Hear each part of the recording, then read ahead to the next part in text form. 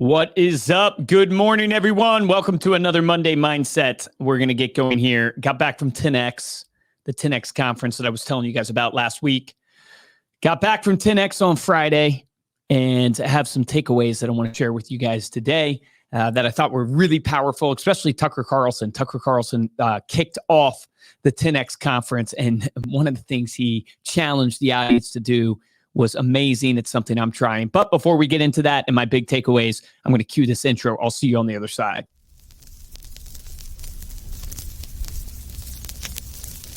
There are no bad businesses. There are just those people who don't know enough to see the opportunities in the work they're in. If there seems to be no future or opportunity in it, it isn't always because it's not there, but perhaps only because we can't see it.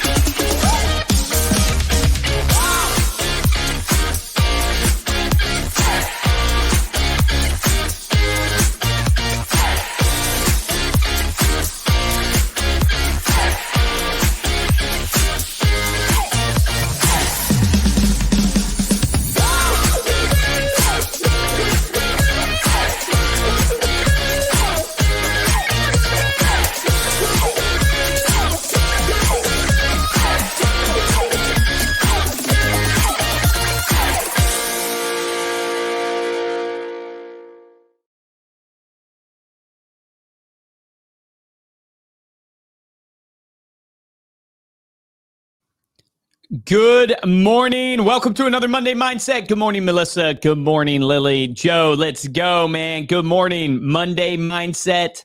It is time. Okay, so I got back from 10X on Friday. And how can you not go to a place where people are just thinking bigger and there's so much energy and not get inspired? I took my couple of VPs of sales. So I have 3 VPs of sales that run different divisions here. And then my COO, my VP of operations, and then Steve and I went.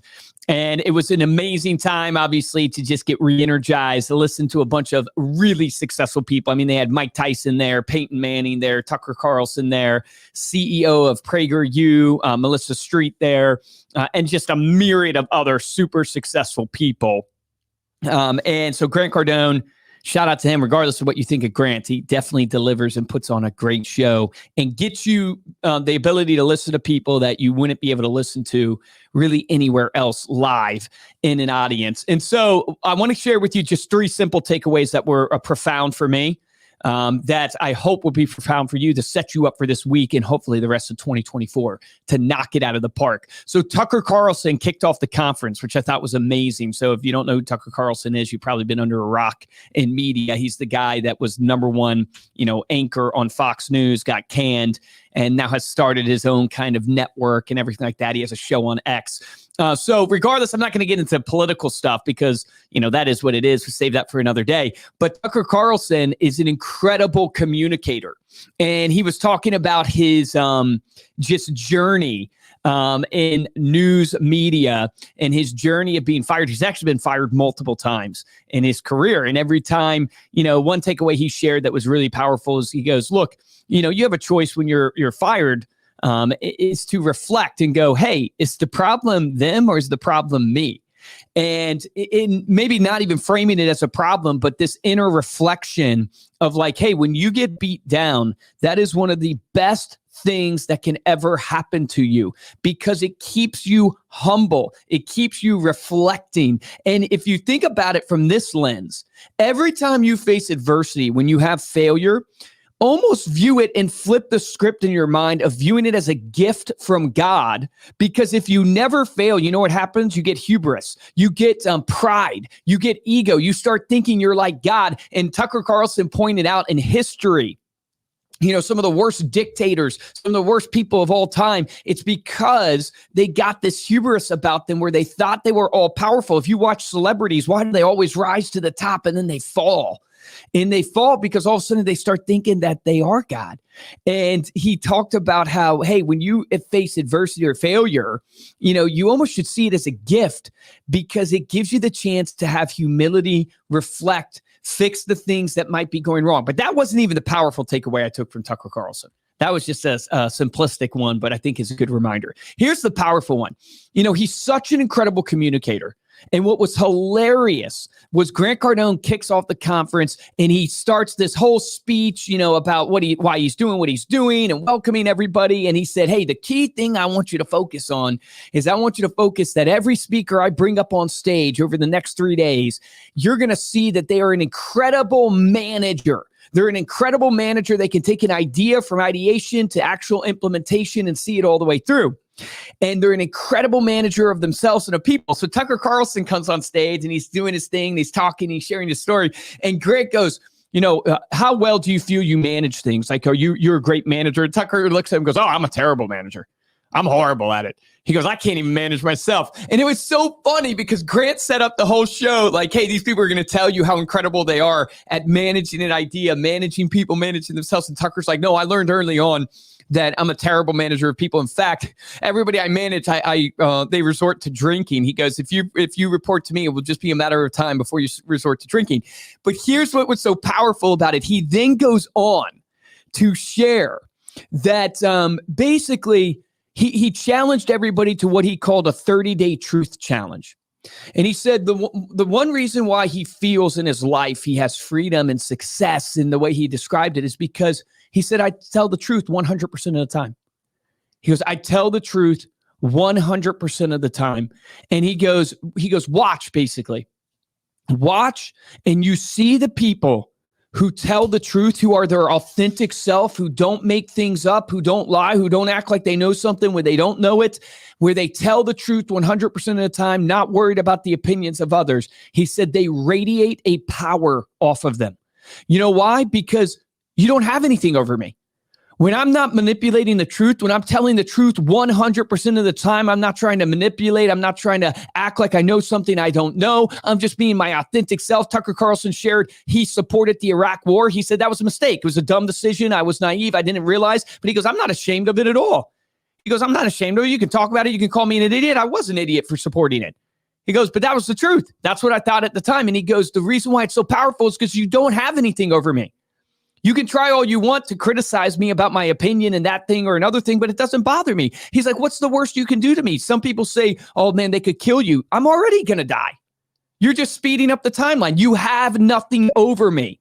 And so he says, when you tell the truth 100% of the time, what you believe, no matter what, it gives you a power that radiates off of you and actually draws people to you. And you know what's so interesting is Grant Cardone, for regardless of what people think about him, because I know he is a bombastic type personality, and some of the things he says, he speaks his truth and people are drawn to him. You could tell by just when Grant spoke, people were interested and they were listening, and you wouldn't agree with maybe everything he said, but you really believed the things he was saying because you go, yeah, I don't agree with that point, but it made the other point that much more powerful because I agreed with it. So my challenge to you today is the same challenge I took. Tell the truth for the next 30 days. He said, do it. He just made this up on the fly, Tucker Carlson. He goes, I don't really have a challenge or anything like that, but I challenge all of you in the audience right now. Tell the truth for the next 30 days in every single piece of your life. And he said, you will have a transformation happen internally that will give you so much confidence, and you will be you will not be afraid of doing what you want to do because you've been telling the truth. And I challenge all of you to that same thing because, I told my team there, I said, I'm taking the truth challenge, not because I think everybody lies in life, right? We're all imperfect human beings. Not because I believe I have an ethical problem of habitual lying or something like that. But do I sugarcoat messages? Do I hold back in my thought process because of an opinion or something like that? Oh, yeah, I do. Just like every human being probably does, but I do. And I go, yeah, I'm not going to do that.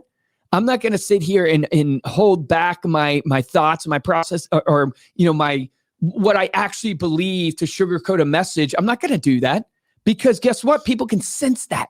He talked about even how like it's animalistic in a way that people can sense. He goes, dogs can't communicate at all. They can't speak English as far as we know they can. Right? They can't but what they still understand you. The dog, like anybody who's had dogs, right? I've had 2 dogs. I don't have them anymore. They just passed away not too long ago. I had 2 dogs. And they could sense, they knew when you're happy, they knew when you're upset, they knew by the tone of your voice what you wanted them to do. They knew why, because they're reading you, they're smelling you, they're understanding by your communication and what you're putting off, what you're communicating. And it's the same if you think about in life, like when you don't tell the truth 100% of the time, when you sugarcoat messages, people can sense it. They're not positive. They're like, does Luke really think that? Is that really what's going on? They can sense it. And so I want to be a person that's just like, hey, I'm so confident who I am. I don't need your validation. This is what I believe. And, the Bible has this principle that you share the truth in love. It doesn't mean that you're a jerk when you tell the truth to people. It just means you speak the truth of what you really believe, and you don't let the opinions of others trying to manipulate them, whether it's for your own pride and them looking up to you or for what you can gain from them, dictate anything you can do. So you can tell that was a powerful takeaway for me. You guys, if they put out the talk for Tucker Carlson, you should go watch it because it was pretty incredible. So tell the truth. Next 30 days, take the truth challenge. Even today, don't manipulate it all. Just share the authentic truth and watch it transform you from the inside out. You guys are going to see me in 30 days. We'll see what happens. Maybe I'll get, even more muscular. I don't know. Just kidding.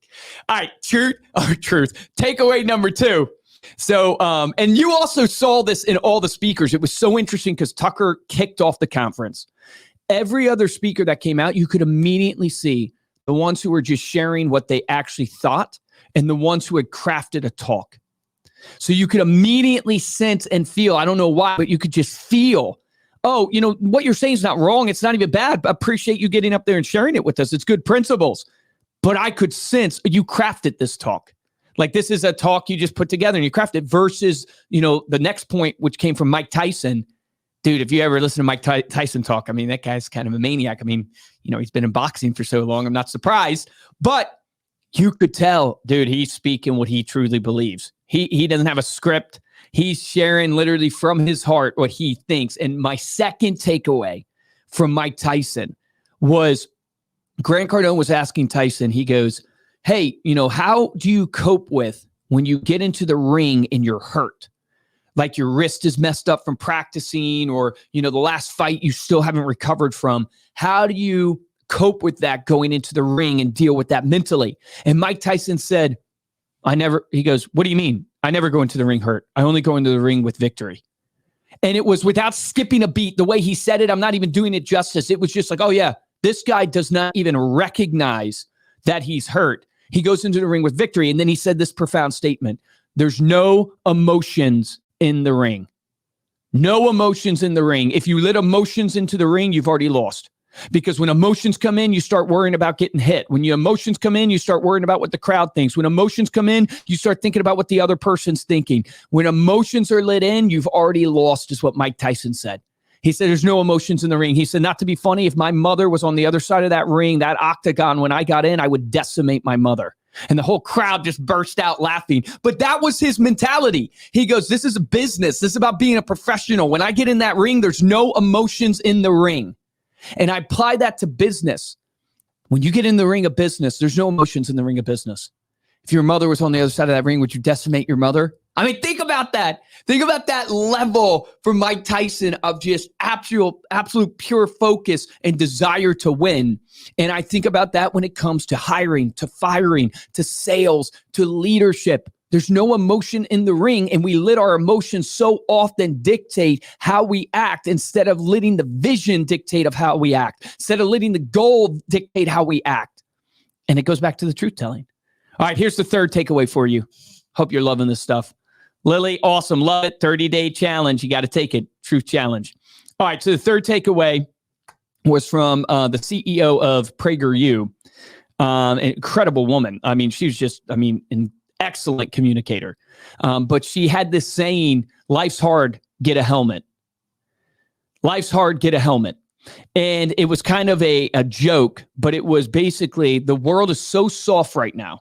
Everybody claims so much, and here's my truth on this. It's like, I do believe there's anxiety out there for people that people suffer from. I do believe there's mental illness. It's a real thing. But do I believe it's overblown like crazy right now, that everybody I come into contact with has some form of anxiety, some form of mental thing that's messing them up? And she basically said this: hey, life's tough. Get a helmet. Meaning we all face adversity. And here's the best part. The best medication is hardship and adversity for life. Instead of going and medicating, the best medication is facing hardship and adversity. That's the best medication of being successful in life. Meaning, when you face something hard, as simple as just getting up at 4 a.m. in the morning and getting to the gym, which is hard to do consistently, when you do that, it makes you feel good about yourself. In fact, if you study the chemicals, man, your endorphins will be firing, right? That dopamine will be firing because you accomplished something hard. Life's hard. Get a helmet. Meaning, face the adversity. Face the challenges that are in your way.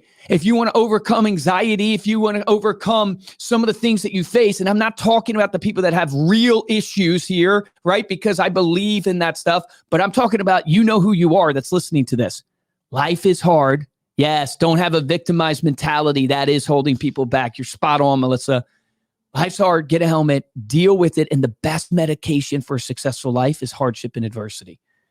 Goes back to what Tucker Carlson was saying. What a blessing it is to have failure, to remind you that you're not God, that you're in need of God, that you're just a man, and that it gives you humility and time to reflect, to improve and get better. And life is all about improving and getting better and chasing that, perfect version of yourself that you know God has made you that you could be, that you can continue chasing and being better, and that will probably never really reach until we get to heaven, is my belief.